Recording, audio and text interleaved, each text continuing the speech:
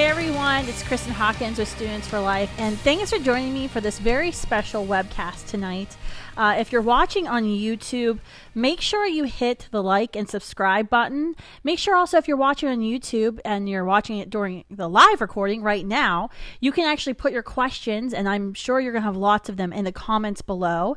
If you're tuning in and listening to this as a podcast, this is actually going to be a very special episode of my Explicitly Pro-Life podcast, anywhere you subscribe to podcasts, iTunes, Spotify. If you're tuning in the podcast, you can't ask questions, sorry, but I know you're going to love this discussion. So I know a lot of you are getting ready to go back to school.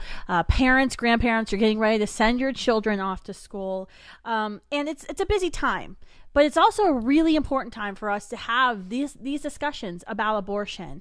You know, after the spring legislative session this year, where there were the heartbeat ban, the bill that banned abortions after a child's heartbeat could be detected in Georgia and Ohio, after those laws were passed, and then the law in Alabama that was passed banning abortions, and then in Missouri.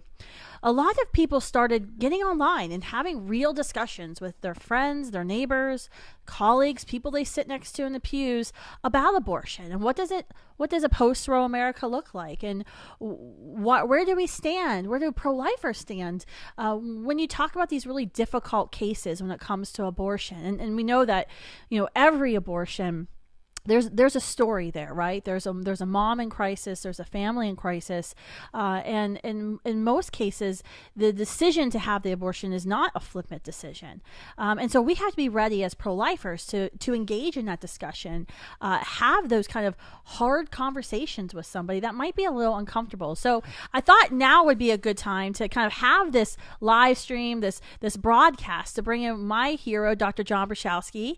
Dr. B is an OBGYN here in the Washington, D.C. area. He was actually my OBGYN for 2 of my 4 pregnancies. So we can talk about anything because Dr. B has seen it and done it all when it comes to Kristen Hawkins. So I feel really comfortable.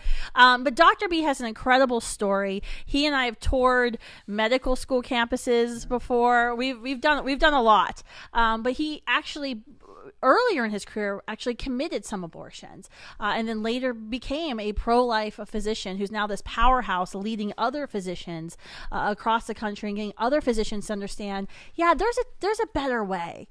There's a better way to treat women and to handle these hard, difficult cases that come up. So this is why we're having this discussion tonight. I know this is something that you all need, and I know something that you all want from us at Students for Life. We had a focus group this summer actually, and we actually asked students across the country, what kind of content, what more do you want to see from Students for Life and from the pro-life movement? And help answering these hard questions was really one of the number one things that we got. So I don't want to talk that much more because Dr. B is a special guest. So, but you know me, I like to talk. So, Dr. B, the good news is the podcast name is Explicitly Pro-Life, so you can curse a wee bit. But first, I want to just start out by having you kind of introduce yourself to everybody who's tuning in live, who's going to be listening to this recording later. How did you get your start in medicine, and how did you get to where you are today in your career? It's great to be with you. Just hello to everybody who's tuning in to see us tonight. Explicitly pro-life. It's really in those challenging, deep conversations with some of your closest family and friends, where they know you're not identity politicking them, where they know you care, and they will listen. And so this is such a great opportunity to be with you. I'm 58 years of age, married to a wonderful woman for over 28 years, have 2 grown boys. And I grew up in a great family, and I fully believed that when I went to medical school, I didn't know what I wanted to do, but I had a knack for listening to patients. You're a very good listener. And so I also had a knack for hormones, female hormones for that matter. And so by listening and talking, and listening more than talking, women would tell you their stories. And I heard, oh no, abortion is the right thing to do, and I need to have abortion for any reason at any time during the pregnancy, for any reason. Okay, well, that's not what I grew up with, but you begin to realize that it's not really your family. It's really about, meeting people's needs and providing happiness and health and wholeness and, good eating and good exercise and good reproductive health care. So over time, I just adopted that philosophy because I believed that it would be the best for my patients and the best for me. And so I did abortions during the first 2 years of my residency. And it was during that time that several threads of evidence were coming to bear. There was data coming out about the effects of abortion. I realized when I finally looked at my profession of OBGYN, abortion is a political decision. In fact, it's a straw man. In fact, the king has no clothes, and nobody knows that yet. It's political. Because the American College of OBGYNs, they never voted. Somehow in 1972 and 73, the definition of life changed. That's right. They were pro-life, then they became pro-abortion. It was political. It wasn't medical. It wasn't scientific. It wasn't sociological. It wasn't anthropological, and it definitely wasn't from a integrated, holistic effect. Because pregnancy, the definition of pregnancy actually changed. Right? In Williams' textbook. And I saw that right around the time that I began to change my mind. Okay. So data was coming in. The second thing was that when you end the life of another human being, when you end human life up close and personal, this was back in the days, Kristen, when we didn't have medicine to do it, and they did it in the safety and the privacy of their own bathroom where they bleed and hemorrhage and cramp. I had to do it through instruments. And that changed me forever. What I saw and what I participated in changed me forever. I'm sure it was people praying for me. I'm sure it was data-driven. It was young people going, John, you're better than this. What do you mean you're doing this? Why did you do this? Because they were afraid of a genetic anomaly, or because they thought they were not ready? We got to realize, Kristen, that 98% of all abortions are done for fear. They have no, that's right. The woman says, even now when we see the folks, I have no other choice, Kristen. Or I'm afraid of X. It's convenience or fear. And so these hard cases, which I call heart cases, for our side, it numbers only about 1 or 2%. That's right. Yeah. And this is gut mocker data from Planned Parenthood. This is not made up data. And so I had a change of heart. And so I had an encounter with myself and my God and my friends and my family and good medical students and residents and nurses. And I stopped. And so once that happens, you still have to remember the rape. We're talking about the hard cases tonight. Sure, yeah. But I'm just telling you, the rape doesn't go away once you abort the child. Once you end the life of your Down syndrome child, that memory doesn't go away because that child was loved and wanted up to that point. So what I'm saying is that when I switched, and when we were touring the country in the mobile, in the Students for Life, the lap of luxury, hands down, you learn that you have to do something. Once you see the truth, and you realize it's only a political problem. It's only a political. The science, the anthropology, we know the science is on our side. Is behind it. Yeah. And so now it's just a matter of fighting through some of those issues. So one was that it's a political issue. The other is then you have to step up. And so now at Tepeyac OBGYN, we used to be Tepeyac Family Center, we are now a not-for-profit because we want to see the served, meaning those who have insurance, but we also want to see those who are underserved, i.e. Medicaid, Medicare, those who frequent pregnancy centers. And so our practice opens our doors to folks in the community. And now we support Students for Life. If we would have had Students for Life when I was around, game changer. Some of the best, loving, intelligent, funny, caring, generous, folks I've ever met in the industry come out of this organization, because it's not really your organization. No. It's this organization. Right.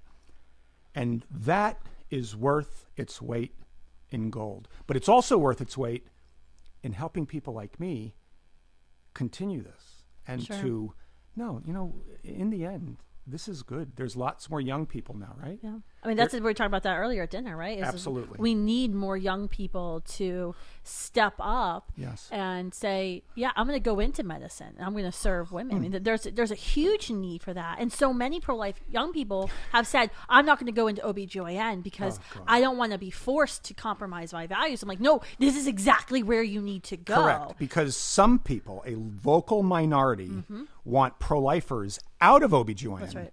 So in 2007, my American college says, conscience, it's kind of like a personal thing for you. Kind of put it, like, hang it up at the door when you enter your class, because when you enter your practice, because the patient has the right. No, I'm not a vending machine.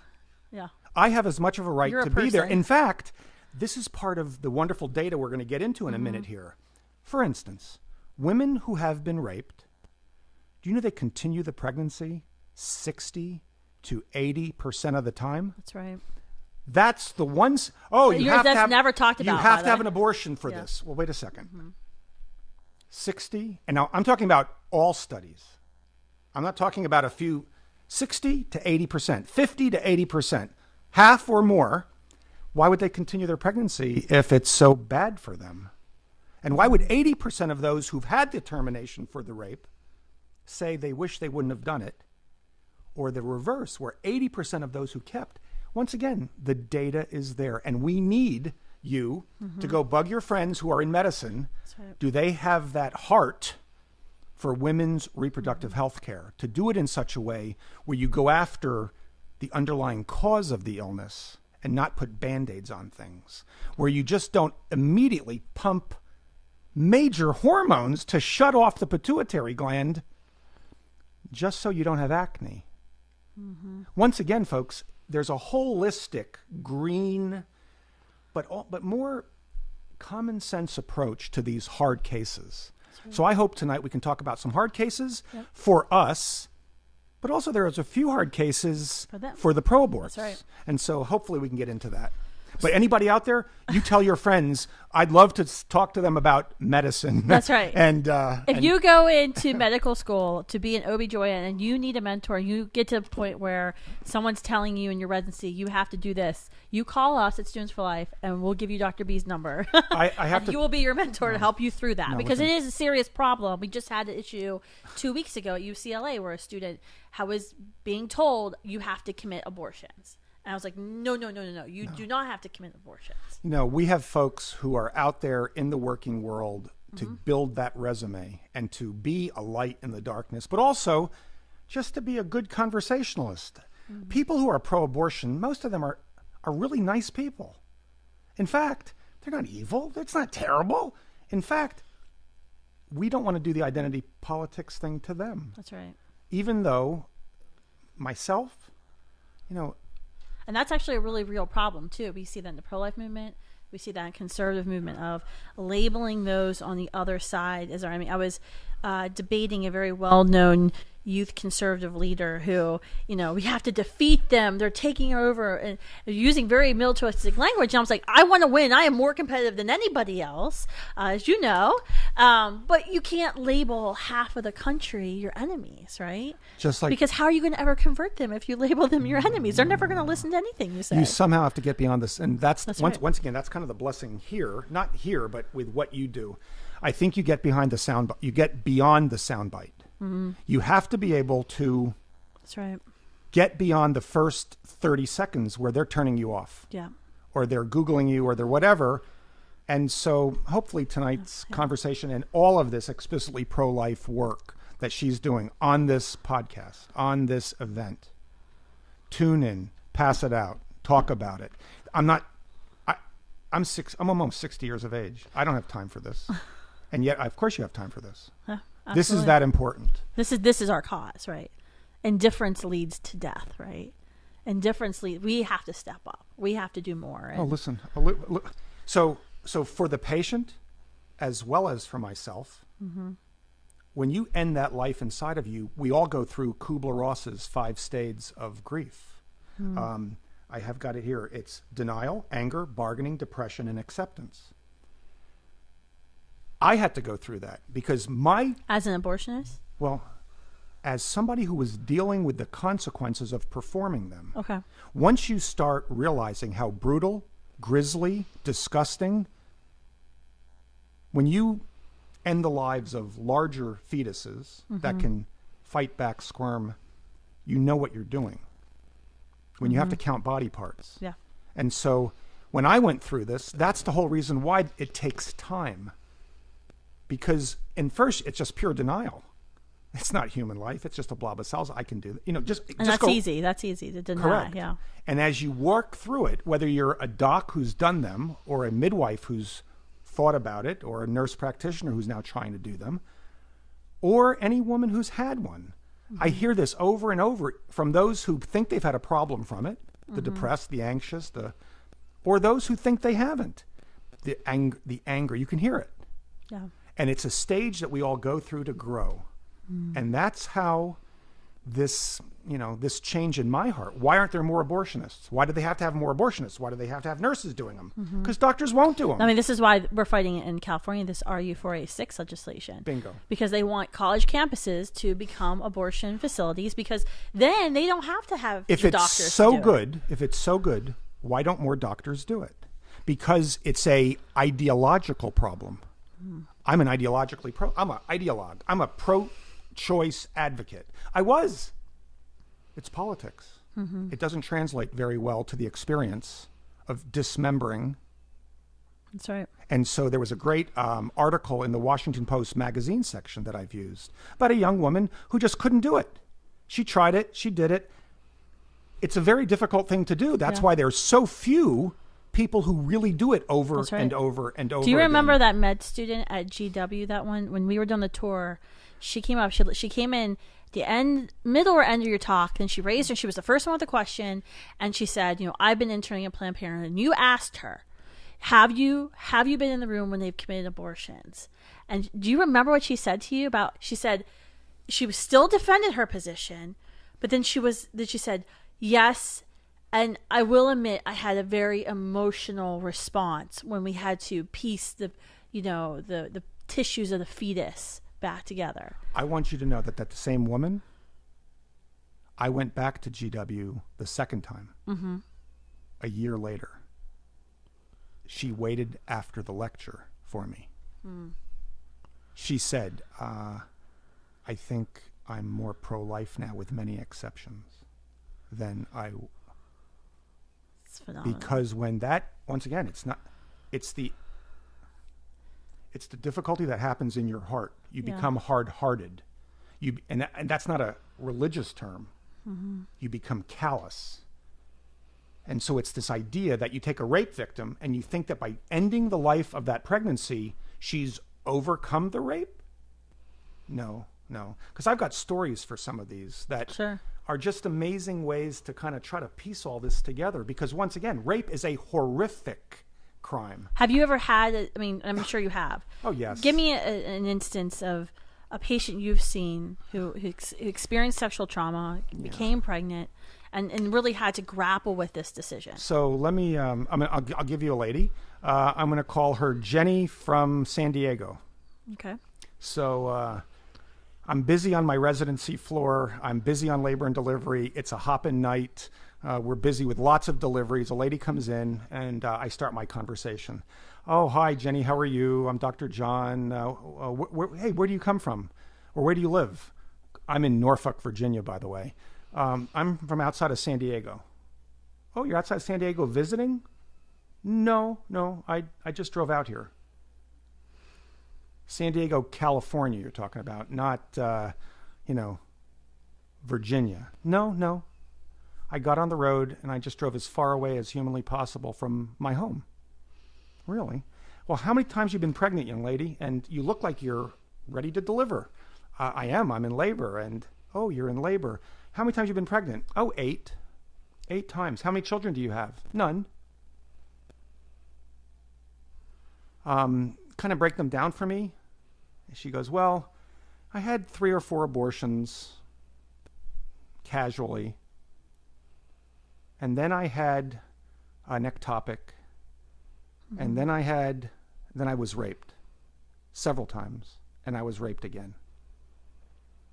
You could see track marks. You could see, she had a tough life. Mm-hmm. She goes, but I think I'm grown up now.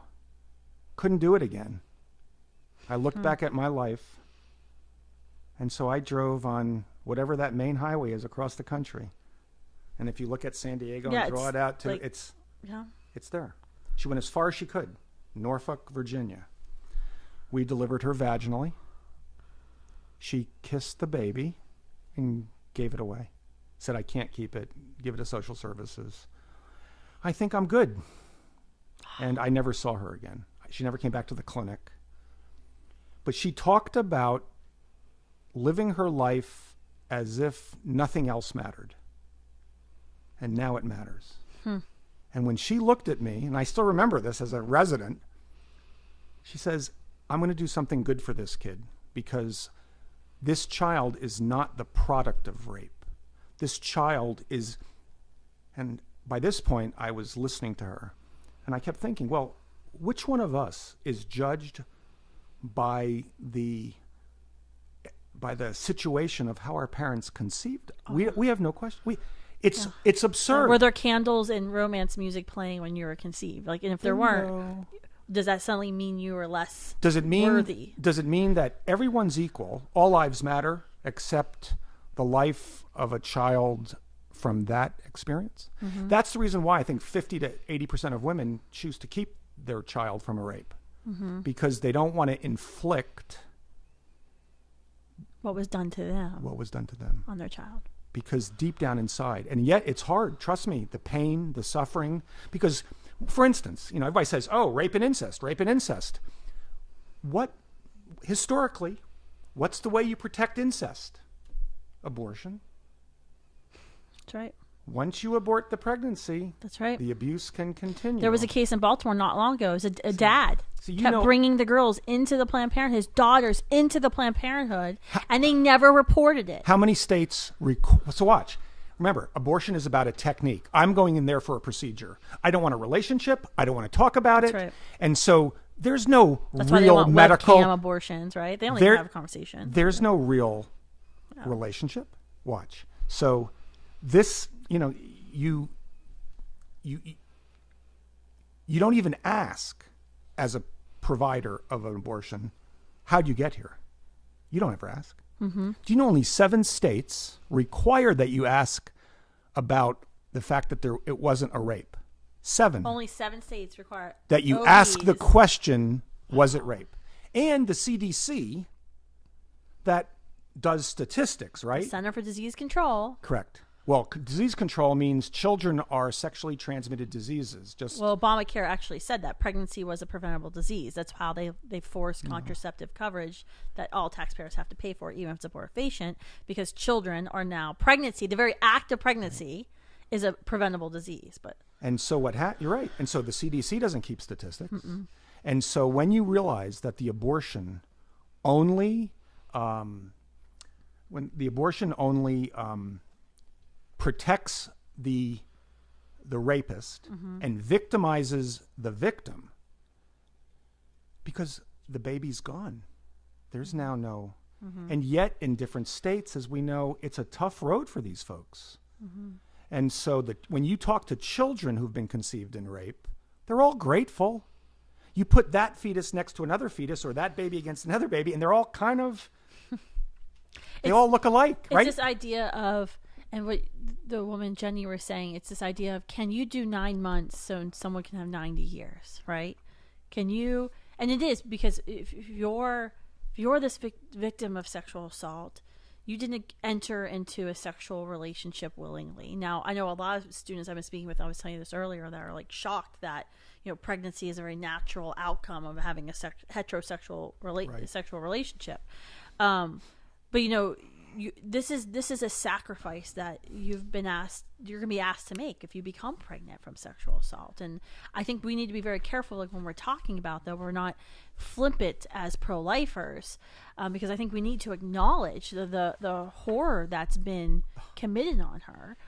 And that we should be willing to do anything possible for her. Go right up to that line, but we can't ever cross that line of saying we're willing to kill for you. No, it's absolutely, and that's what good medicine is. Mm-hmm. Just think of myself. I mean, think about my patients in my practice.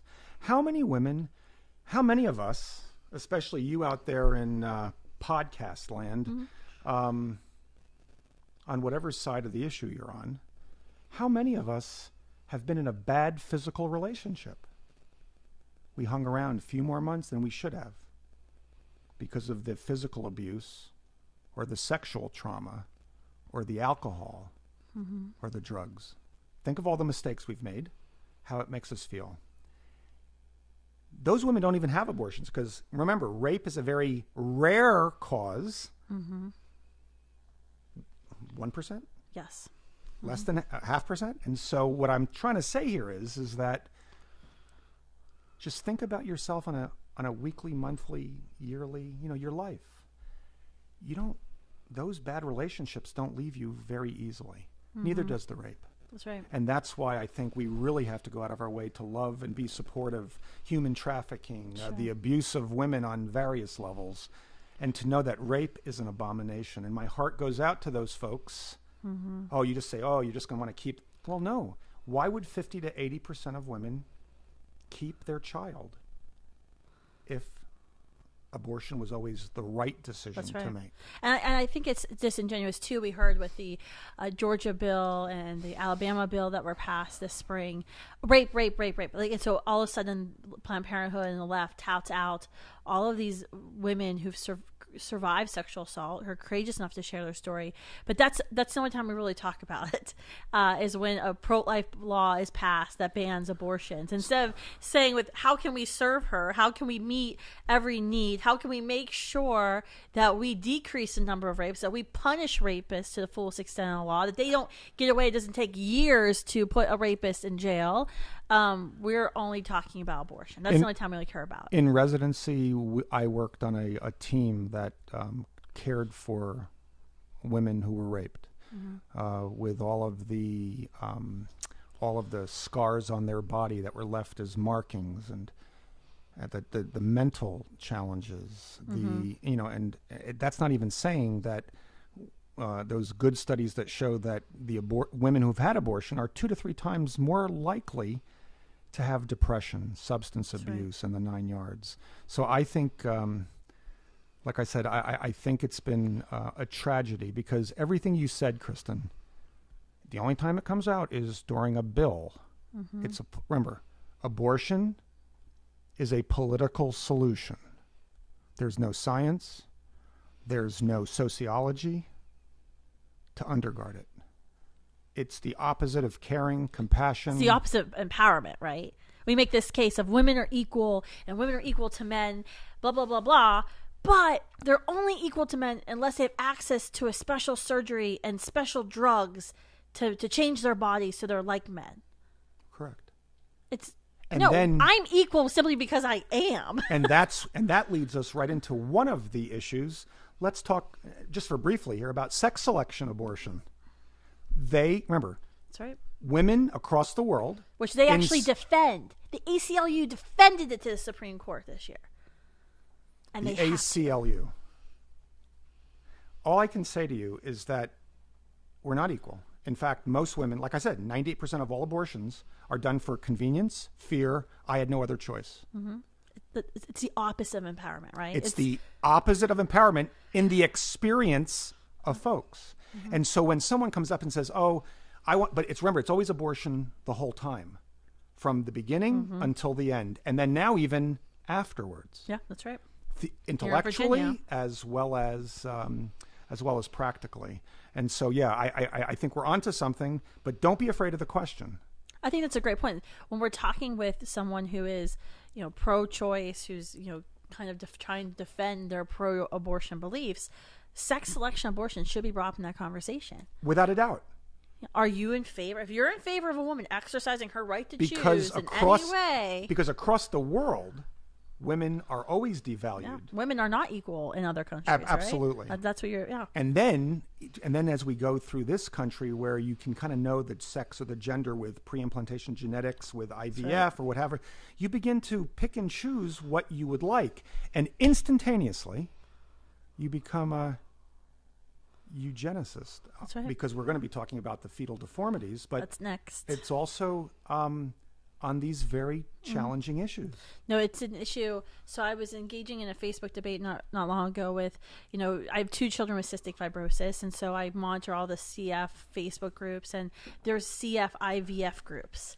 I can't. As a closed group, they won't even let me in because I've never utilized IVF. But the question on these groups are, well, do you use, because CF men are 99% are infertile, so IVF is the recommended way for CF men to have children. But then there's the recommendation for parents. So once you have given birth to a child or aborted a child with CF, it's recommended because it's genetic. So every child I have has a 25% chance of having cystic fibrosis. So it's recommended that when a couple both are recessive carriers, they should use IVF and PGD, prenatal genetics, right, to kind of wean out the other CF patients. And it's something that I see how people struggle with it, right? Because with cystic fibrosis, and what people don't know about CF is CF patients are actually never supposed to be near other CF patients. There's actually a 6-foot rule, and it is rare that I have 2 children with CF, and we have to take some precautions, and we know it's never going to be perfect. Gunnar and Gracie, though, share an amazing bond, and I am so glad they have each other. So it is a question for parents of, I don't want to harm my existing kid by having another child that has CF. So shouldn't I just use this prenatal genetic determination to, screen out and donate those embryos with CF? So I don't have, this is a real question. Have you had patients who, oh, yeah. And I've said, and I've got on these forums, and I'm not always the best apologist for the pro-life movement. There's a reason why they have me on big speaking circuits, not one-on-one conversations sometimes. But, I say, the mentality you're sharing is very scary here. Because what you're saying is that, our children with cystic fibrosis they're a mistake, that they shouldn't be born. Mm-hmm. And when you start using these IVF techniques, you start choosing who is born, who's not born because of their genetics. Right. That's eugenics. 23andMe would apply to that little embryo. Mm-hmm. So right. The whole story, where they're from, that's who right. they're related to. And yet it's a strange world because I could have justified early on, back when I was younger, I could terminate a baby for no skull, no brain. I could have terminated a fetus for Downs, even though my cousin had Downs, and he asked me if he was a endangered species. Mm-hmm. There's something very slippery slope about this when you can start picking and choosing, because in the beginning, you only use this technique for the worst case. That's one thing. So now, cystic fibrosis, Downs. I aborted a child for an extra finger. I aborted a young child because her genetic screen was a little bit positive. Her risk went from 1 in 10,000 to 1 in 4,000. But it wasn't enough for the mom to wrap her heart around it. Wow. That child that I aborted was healthy. Let me just give you the story. So we're talking about children who are sick. Yeah. And it can be a little bit sick or a lot sick. Number one is medicine has come a long way. We're doing amazing things in medicine because we've put our hearts and minds and souls into treatments. When I was a resident many years ago, I took care of CF kids. They barely made it to 12. I now know people who are adults with CF. Amazing. The love in my CF families, the love in my Downs families. So I'm going to give you just a few stories here. One is, and then the life of the mother is also involved in this because that's where we're going next. Yeah. So the one question that I want to talk about here regarding the fetal demise is that, not fetal demise, but the abnormalities. The abnormalities. I had a wonderful group covering me during my cancer chemotherapy. Mm-hmm. And I get a knock on the door of my hospital room during the second round of chemo, and in walks I'll call him Dr. B. Dr. B goes, "What the hell are you doing? I just delivered a friggin' monster for you." Now, the guys that took care of me did abortions, but they loved me. They cared for me. We were friends. They took care of my patients when I was in the hospital. So these were chemo. OBGYNs. OBGYNs, right. That took care of your patients while you were sick. Okay. Yes. Top shelf, folks. Top shelf. He goes, "I can't believe it. I just delivered a kid with no skull, and it was a monster." Oh, my gosh. "Bob, I'm so sorry. It was my fault. I forgot to tell you." I'm bald. I'm sweating. I'm 300 pounds. I thought I was going to have the body of a surfer, but no, I'm just big and sweating. "Wrong answer." He goes, "I'm done. I'm not helping you again." And he walks out. Well, this was back in the early days when we were doing perinatal hospice. Mm-hmm. And so they delivered the baby, and then they passed the baby around the room. So the sibs, the little kids, boys and girls, could hug on it, love on it for about 18 minutes until it passed away. And it was like a celebration. I believe they were Hispanic. It was a big deal, So let's fast forward that same story. This was a baby with anencephaly who lived 18, 17 minutes. So 10 years later, I don't know, maybe 8 years later, I'm in my office. In walks Dr. B. "Hey, Johnny, how are you, buddy? I just got back from Yugoslavia. I know you love Dubrovnik. Here's a picture I took for you. I'm kind of taking a page out of your book." And Yugoslavia. You're dating yourself. I am. Trust me. I know. She's talking about these political things, and I'm like, "Oh yeah, okay." So he comes back and he says, "I was there identifying bodies in the mass graves because I wanted to give back." Mm-hmm. Then he sits down. He goes, "Do you remember walking into your hospital room?" "Yeah, I do." He goes, "I'm so sorry." And then he puts down the thing and he says, "I'm really here to tell you that I don't think I can do terminations anymore."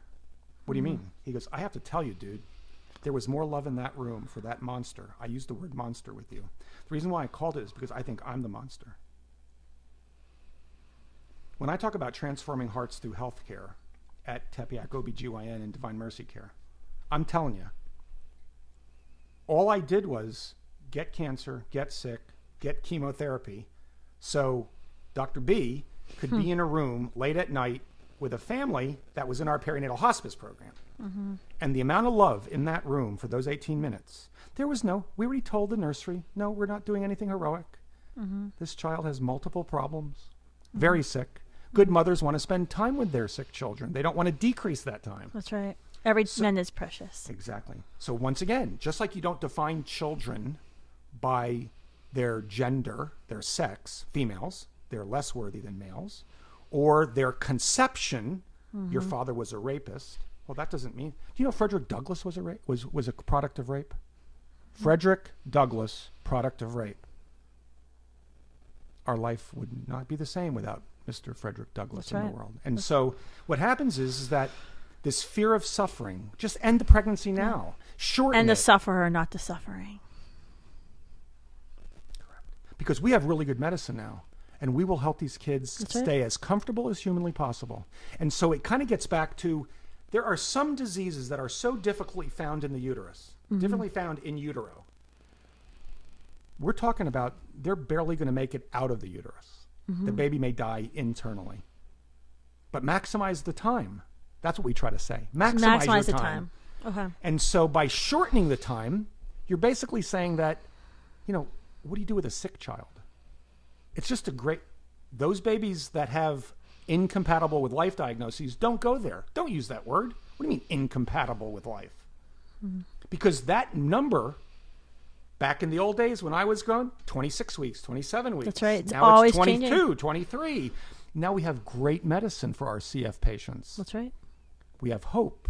We have love. We are opportunities for the young students for life to give back, to serve, to care for their friends with these. Have you ever had a case where abortion had to be committed for the life of the mother, or for the child? Because it's very simple. Like, what child is cured by killing it, right? There's nothing that abortion cures. It just ends the sufferer. That happens a lot, Kristen, with we end poverty by ending babies. And you don't get rid of a disease or a situation by getting rid of the person.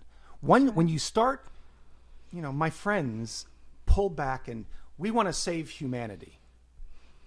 Start by saving the person next to you. That's right. Because humanity becomes, we want to improve humanity. We want to get rid of diseases. We want to be get rid of people with utopian eugenics. And so I've seen this over and over and over a lot of the time. And so I think a lot of the time you have to be able to realize that there are some conditions that you can treat in utero. Now we have great centers like CHOP in Philly and Children's Hospital in Washington where they can do surgeries. Vanderbilt does this. In utero fixing of holes in spines and blocked ventricles with children with, hydrocephalus or water on the brain. Well, that wasn't around back then. Sure. And so with modern medicine, with modern good ways to help with disease and with good conversation, we tell the nursery, we don't really want you in here to do all you can because this child's not going to live very long. We would like you to come in, but if it really ends up being serious, let mom and dad take care.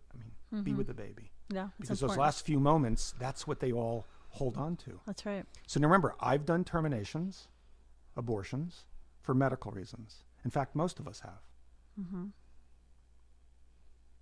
What? You want to explain that? Well, once again, if you had an illness, Down syndrome, you just got rid of it. When the baby wasn't perfect, you threw those embryos away in the IVF industry. I still do. And then just try again. Have a better pregnancy next time. We always, but have you? you're dealing with, and you've said this to me before. Of we're talking about women who are having difficult pregnancy. You often get referred. These women get referred to you because you're kind of like the last stop. Because a lot of OBs will just say, just go have the abortion and try again next time. Correct. Try again. But we as pro-lifers don't believe that, right? So we want her to deliver. We want her to be healthy, and we want our child to be healthy. But have you had, cases where, has abortion ever been necessary to save the life of a mom? Okay, so how did you approach that? Sure. And so we're kind of moving between abortions because the baby's sick, which no, you carry them in the uterus and you use a perinatal hospice approach. That's right. So for those really sick children who are mega sick, spend as much time as you can with them. Spend as much time as you can because that's the memories you're going to have. You're not going to shorten that. That's the classic answer because they don't really suffer. We can care for them to a point. They're not going to suffer. We have the medicine to make sure they're not going to give suffer them the best, when they're born. to give them the best short life they can. That's right.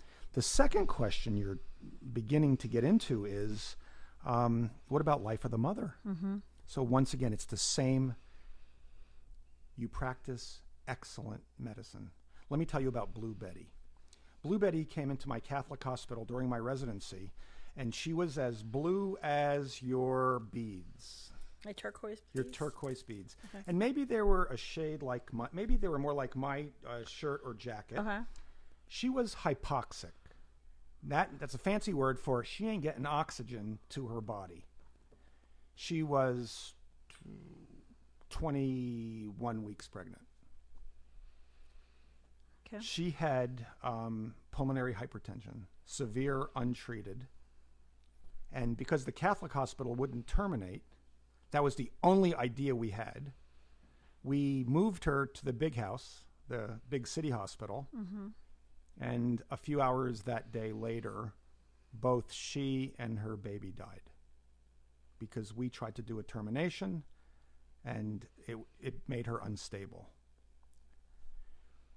There's a funny book many years ago written about residency called The House of God. In an emergency, take your own pulse. Take a breath. This woman had pulmonary hypertension. She should have been put in a unit. She should have been floated a swan. She should have been taken care of, like as a patient. And then once she got stable, if possible, Then think about what to do with the child. We didn't. Of course you need an abortion. It was life or death. I have to tell you, in my lifetime, I have never seen a patient who needed an abortion. Remember, the definition of abortion is the direct intent to end the pregnancy. That's right. If I have to deliver early because the mom's in early labor or she's getting infected, that's not an abortion. It's part of clearing the uterus because my intention, and you never pit. Your intention. Well, correct, because you never pit mom against baby. Because what happens is... And that's exactly what Roe versus Wade did. Correct. And that's when Norma McCorvey knew it. Yeah. That's why she flipped. Because when I flipped, because of the violence that I was doing with the abortion procedure, the callousness, not taking good histories, not taking good, not doing good medicine, it's a political decision. It was defined as a political decision in 73. And now, if you notice, just a few months ago, they removed the doctor from the head of Planned Parenthood. Why? Because she was a good woman. She was trying to couch it within the medical industry. Just part of the many things that they did. And they couldn't do it. They couldn't do it. They went right back to their political... they proved our point without... so well. We didn't do anything. They just fired her. Correct. Because it's not a medical decision. It's not about improving healthcare. It's not about holistic care and getting people to where they need to be. Yeah. It's not about making abortion rare, which it used to be. That is not in their talking points, by the way. No, I know that. They won't even let the left use that talking point safely go rare. Correct. Anymore. And so what I'm just trying to say here is that you just practice good medicine. You get the mom as far as you can. And then you deliver the baby if you have to. Only if you have to. So, but because we're risk averse and because a sick baby can be a liability, don't go there. You're just going to get sued. It's a wrongful birth. Just get rid of it. So I've done this before. I've been on both sides. Okay. So we have a whole subset of patients now whose water has broken. The baby's membranes have broken at 14 and 15 weeks. The baby's this big. Not Those patients... survive. So then they live a few hours away they go to the first hospital, end the pregnancy, and go to the second hospital, end the pregnancy, go to the third hospital, end the pregnancy. Well, if you look at worldwide data, you just step back and keep hands off. Rest the mom, check for infection, and see if it reseals, which it does in a few cases, in some cases. That's good medicine. You begin to monitor her. Once she gets to the viability stage of 22 weeks, you put her in the hospital.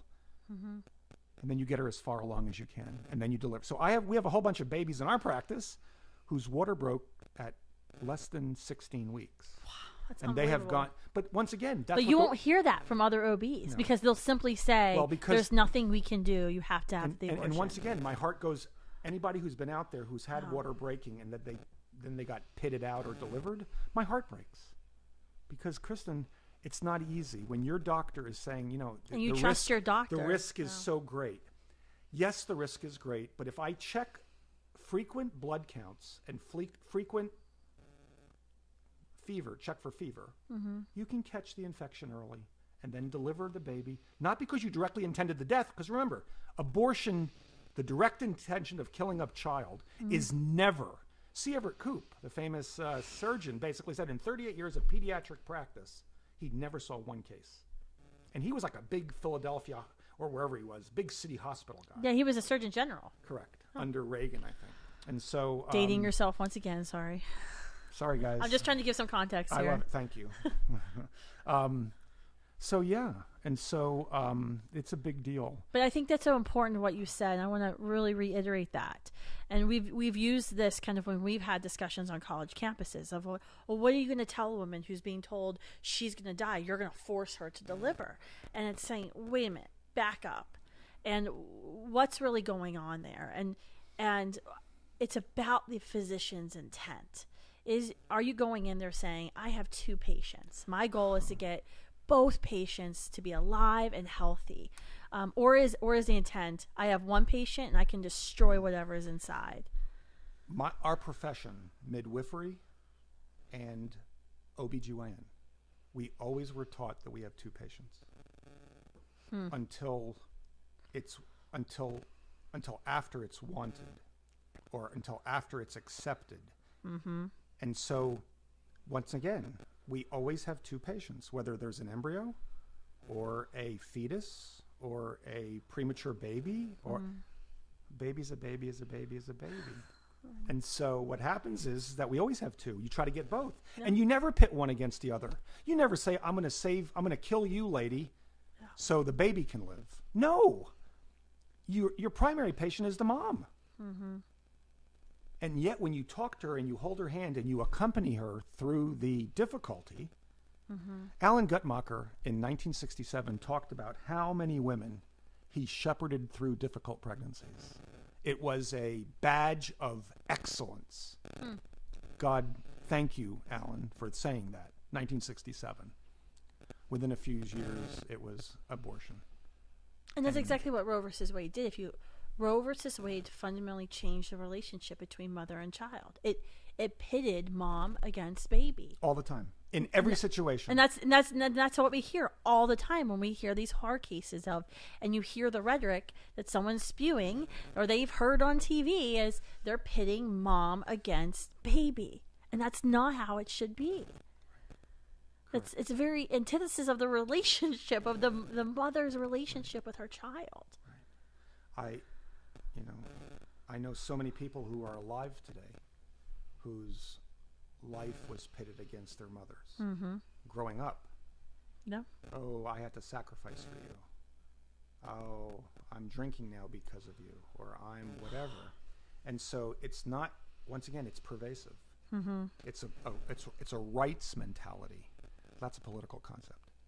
And that's why that if you keep banging back to medicine and science and anthropology, and the challenge is we're losing so much clarity. You have your studies, I have my studies. I had a student one time in Gonzaga University tell me, well, your study you just cited doesn't matter because that was from China. This is like legit, like 6 months ago. I said, so I actually prefer to cite foreign studies because I think a lot of times when we're talking about the effects of abortion on women, a lot of the studies in America I think can be slanted because there's obviously a political agenda to get a desired outcome. I like the studies where they're coming from pro-abortion countries and nations. Two epidemiological studies in 1960, one from Russia and one from China, showed that their women had 3 to 4 to 5 to 6 times the breast cancer risk? Why?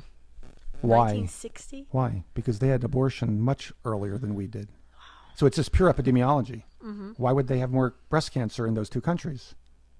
Why do African American women have 3 times the cause of premature labor, 3 times the cause of PIH, of other. And we know this because the first thing you get asked when you go to the OBGYN office when you think you're pregnant is, how many pregnancies have you had? How many miscarriages? How many live births? And how many abortions? Why are they asking that question if it doesn't matter? They're asking that question because all OBs, regardless of how they feel about abortion, understand there's certain risk factors. I'm sorry, it just makes me very upset. No, I mean, yeah.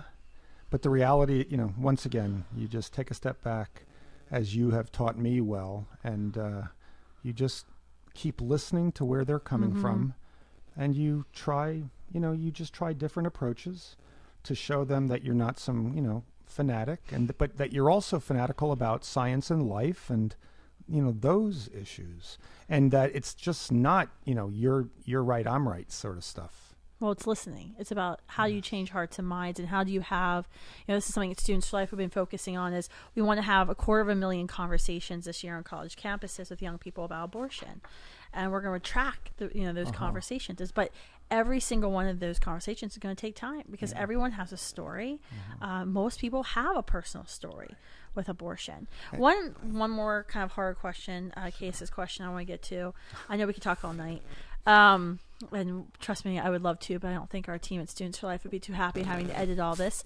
I don't think so. So birth control, hormonal birth control. So this is something that, I think is something that as a convert to Catholicism, I understand it differently. But when I first got into the pro-life movement, I was Protestant. I thought, well, yeah, if you want to solve abortion, just put everybody on hormonal birth control. That will solve the problems. And I started seeing that it wasn't really solving the problems, that the women coming to our pregnancy center that I was counseling, they were still ending up pregnant, and they were getting trapped into this cycle, a cycle of poverty, of bad decisions, of loneliness. And the birth control didn't solve the problem.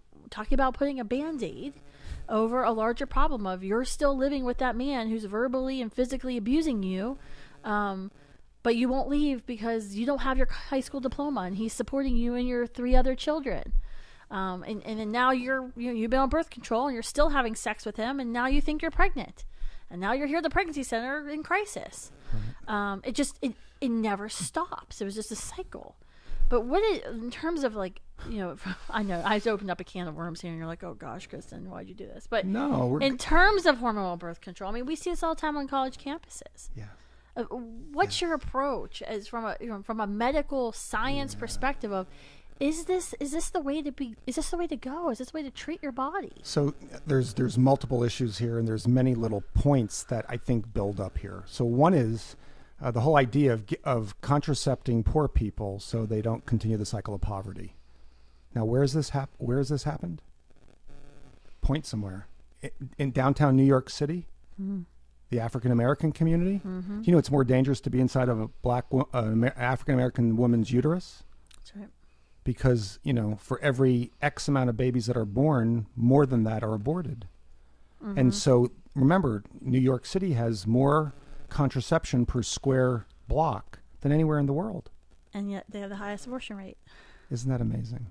And so what happens is that, first off, a chemical quick solution is not the answer to fatherlessness, to rampant STDs, to rampant HIV, to rampant hashtag Me Too abuse. It's not. No. It's not. It's not. And yet, well, no, of course it is, because it'll decrease abortion. Back in the old days, and I'm going to date myself here, folks, is that in the Vietnam War, every night they would have body counts. We lost 6, they lost 80. We lost 5, they lost 30. It was always, we're winning. Isn't it funny how they talk about decreasing abortions as like an endpoint, as if it's a fake endpoint? You're talking about the same behavior that led to it in the first place that's still out there. So that's one thing. The other thing is, we've kind of gone green, right? Oh, we're all green sex. We talk about green sex all the time. We've gone very much green, because once again, now I won't let my kids drink milk that's not from like organic cows, right? Oh my gosh, I have to try 45 minutes to get organic half and half, because Garner and Gracie need extra calories, so yes. They drink half and half. But I don't want them drinking regular half and half, so I have to go to Trader Joe's 45 minutes away to get the cheapest organic half and half. We love Trader Joe's. That shit ain't cheap. Let me just tell you, organic half and half. I spend all my money on organic half and half. I'm gonna have to think about that one, because or organic whipping cream on my keto diet. There you go. Anyway, what I was gonna say is that I want to get to the underlying cause of why of your issue, of your disease. And your desire. Because remember, infertility or fertility, that's a desire. It's not a disease. Blocked tubes, endometriosis, infections, bad timing, poor sperm. Those are all diagnoses. So what I've found is that when you're trying to... So we use contraceptives in our practice occasionally to treat a medical problem. If nothing else has worked, we've kind of gone through it all, but we modify it. Because we will tell people, because once again, the data is clear. I just got back from Montana, and I was at a conference on women's health in Big Sky, and it was tremendous. My wife and I had a chance to fish, and a lot of good education was done. But we had a contraceptive lecture. She talked about the mechanisms of action, because as you lower the dose of the birth control pills now, in the beginning, back in the 60s and 70s, they were high dose. They were high dose, and so that really shut down ovulation. But with all the cancer and all the strokes and all the breast cancer, they lowered it.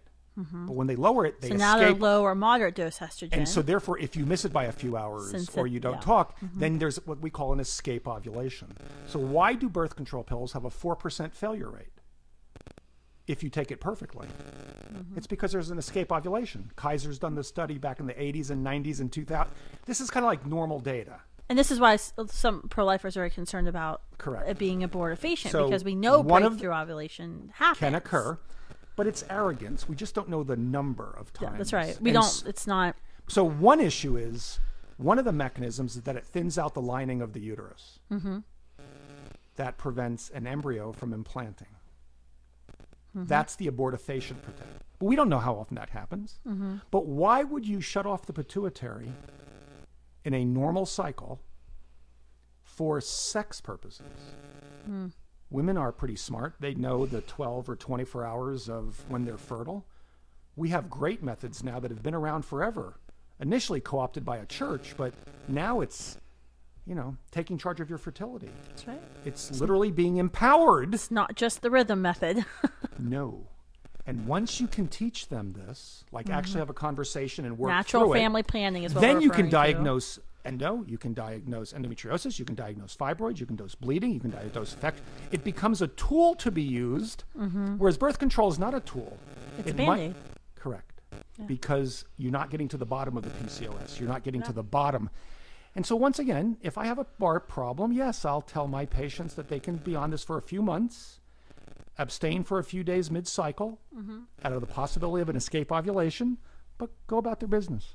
And so once again, I think the green movement, I think this idea that we're just going to throw like at a poor person, you just need to be contracepted. You need an IUD.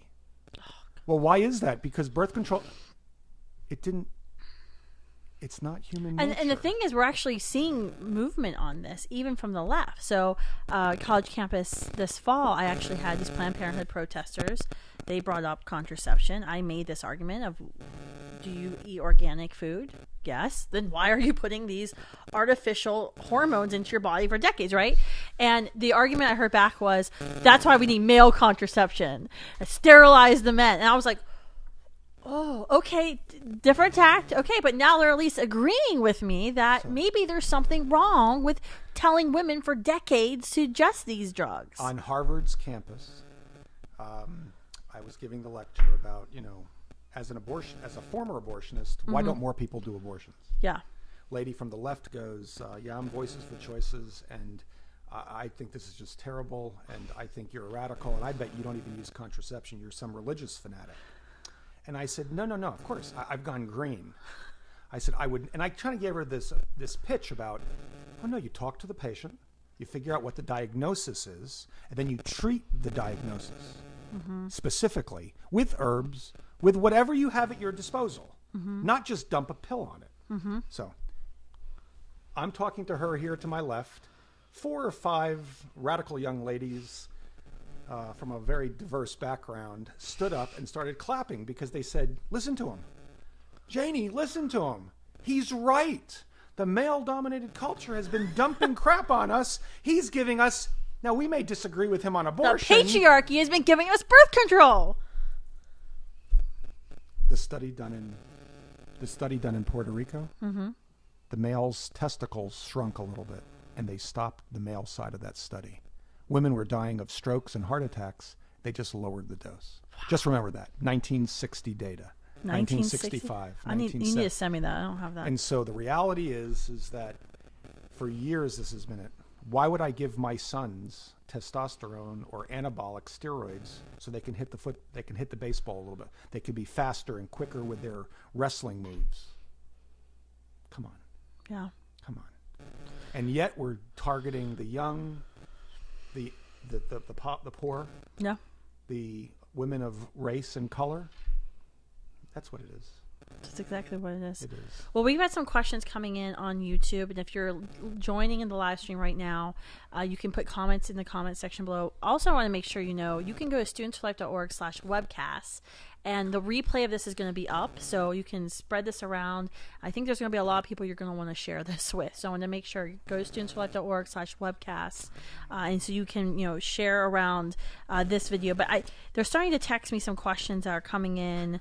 I wanted to ask you one question that we got on YouTube already is, how do we address those who focus on thinking that they're being deprived a choice that they're entitled to when we talk about no abortions or making abortion legal or fighting abortion? So once again, folks, I'm grateful for the questions. Obviously, we're not seeing these before time, so this is live at the Improv. Sorry. So, depriving a person of choice. We have a choice to abuse our children. We have a choice to pay a poor wage. As a business owner, I can hire illegals and just pay them pennies on the dollar because they don't matter. I can choose to do a lot of things in my life that are not always in the best interest. Okay. And so I understand, but can you imagine talking to a person in the 1850s about slavery or 1935 Germany or 1970 Russia or China? Once again, might will always make right, and yet the choice issue, you want to have choices. You want to have good choices. You want to have controversial choices. But when you take the life of another human life, that choice is probably not that good anyway. Yeah. Because you're talking about things like self-defense maybe, or war. Once again, even capital punishment, we don't deal with it much. And so we don't deal directly. Choices. There are good and bad choices, and you don't ever directly tell them. I mean, because I just do it myself. I could make these choices. These were my two choices. Well, wait a second. Why would I even? You can think about it. Most women who don't choose abortion always think about it, but something then affects them. Maybe something their mother said. Maybe something their best friend said. That's why you have a direct effect on your environment. You are responsible for your community out there, your college campus. That's why the little things you say, and it may be the most insignificant on a late Wednesday night here, I'm telling you, folks, you can make a difference just by a phrase. And I would just say there are some choices that are hard to make. And in today's day and world, I guess it's the Holocaust. I guess it's child abuse. I guess it's Epstein. I guess it's, a pedophile. Yeah. I mean, everyone can make a difference. And just thinking about your story of talking about the first time you had cancer in the hospital getting chemo, you getting cancer probably saved dozens, if not hundreds of lives, because that one doctor was committing abortions, was forever changed from that moment of stepping up to help your one patient. Everyone makes a difference. You make a difference even when you're not even trying to make a difference, right? Because I think that's how it works, especially on this issue. That's right. One last question, and then we have to wrap up. And I need to make sure before we leave, you tell everybody where they can find you, because everyone's going to be emailing me asking, where do I find this man? How do I call him if I have a problem in a pregnancy or a friend has a problem in pregnancy? I refer people all over the country to him. You gotta go to Fairfax, Virginia, Tepeyac OBGYN. So if you want to become an abortionist, do you have to learn how to perform an abortion? Is that mandatory? What is it if it's not mandatory? To be an OBGYN? To be an OBGYN. Is this something you have to learn? How do you not compromise your beliefs? So, you've seen maybe some of the videos on watermelon abortions and papaya abortions. Yeah. That's an attempt to try to get you to close your eyes and feel the instrument hitting the wall so you don't poke a hole through. The challenge is that in OBGYN back in the day, abortion was considered, it's never been considered a good thing. So many programs were no, we don't do that here. We'll let Harvard, we'll let UC San Francisco teach you. We'll let Wayne State teach you, but we're not going to do it. And if you want that elective, we'll send you to the clinic down the road. So you need to look at your program and see what is their requirement. Because I do a lot of D&Cs for miscarriages, for molar pregnancies, for emptying uteruses after the delivery. We still have to know the technique. So you want to be a good, thorough OBGYN. And so that's how you check it, because sometimes you have to sign your life away and say, well, if I come to this program, for instance, when I was at Emory, they said it's very strongly, we really want to teach you abortion techniques here, but if you have a problem with it, you can just opt out. Harvard said, no, sign the paper. You have to do it if you're here. Because they were already beginning to see the signs of the numbers dropping because people don't like doing them. And they're trying to force you to become an abortionist. Correct, because it's a political issue, not a scientific issue. And the other issue is that I think a lot of the time, folks, it's become much more commonplace here that on OBGYN, we're going to stamp out fertility from 15 to 50 only when you want to conceive. So many aggressive GYN, OBGYN programs, we're going to teach you how to stamp out fertility. We're now talking about putting IUDs in teens, just like the Norplan experiment in Baltimore many years ago. Well, what happens is now we've got Nexplanon that's floating around in the body, and so now that's no longer good. And so we're going to put IUDs in young people because they're animals, they really can't behave themselves, and it's better than having by the all way, these Planned Parenthood makes more money when they insert an IUD than they continue to give scripts for birth control pills. Just saying. Just saying. So, once again, I really think that you have to be able to go, and then you set, I think most programs, because they're really good people, you stand up and say, no, I don't do this for this, and this reason. I mean, can you say as a med student, I'm not going to commit abortions, I'll do more DNCs for miscarriages, or make sure when I'm being taught you DNC, want to be well taught. Yeah. And so we use Cytotec now for deliveries of dead babies. So when you have a fetal demise, sometimes we have to use a medicine called Cytotec to empty the uterus. Well, that's a very similar medicine to the second part of the abortion pill. Okay. They get RU46 and then they, take the Cytotec afterwards. Or that's how we deliver. Cytotec's a very common medicine we use to do a second trimester termination. It's the same thing, but it's now a dead baby. So I'll be more than happy to learn the procedures, but not perform the abortion. Do med students have conscience rights? They do. I'm not the best one on that, but yeah, ADF, the Alliance Honestly, Defending the best. Freedom. I just had a meeting with HHS about this, and the Department of Health and Human Services actually has a website. They have an Office of Civil Rights now. You can go in anytime to HHS's website, and you can lodge a formal complaint, and it can be anonymous. Most people don't know this. It can be an anonymous complaint. You can say, I'm a med student. I was told I have to commit abortions at this school. And just by making one anonymous complaint, HHS is federally mandated to investigate what's going on. Right. So, I mean, you've got Alliance Defending Freedom, who we've worked with before, where we've had med students who've come with sticky situations, and we've always been able to resolve that. But there's other recourses as well. HHS, because we have a pro-life president and President Trump, and he's appointed so many pro-lifers over at HHS, this is something they're looking at. No, and they are, and they're doing a great job of it. They really are. It's such a refreshing, because this is how we're going to help navigate people through the industry. Because can you imagine a world where there are no pro-life OBGYNs? And honestly, this is what they want. I mean, this is what Planned Parenthood wants. There's a graying of the abortion industry. There's got fewer and fewer abortionists, right? They can't actually replace themselves. This is why they're doing the mega Planned Parenthood, so they can have fewer abortionists. People come from, women come from further and further away to get their abortion. This is why they're pushing RU486, because then they don't have to operate freestanding, expensive clinics that lose money. They have to worry about disposal of how they're going to get rid of the bodies of the babies, which we know they got in trouble for. This is why they're pushing webcam abortions.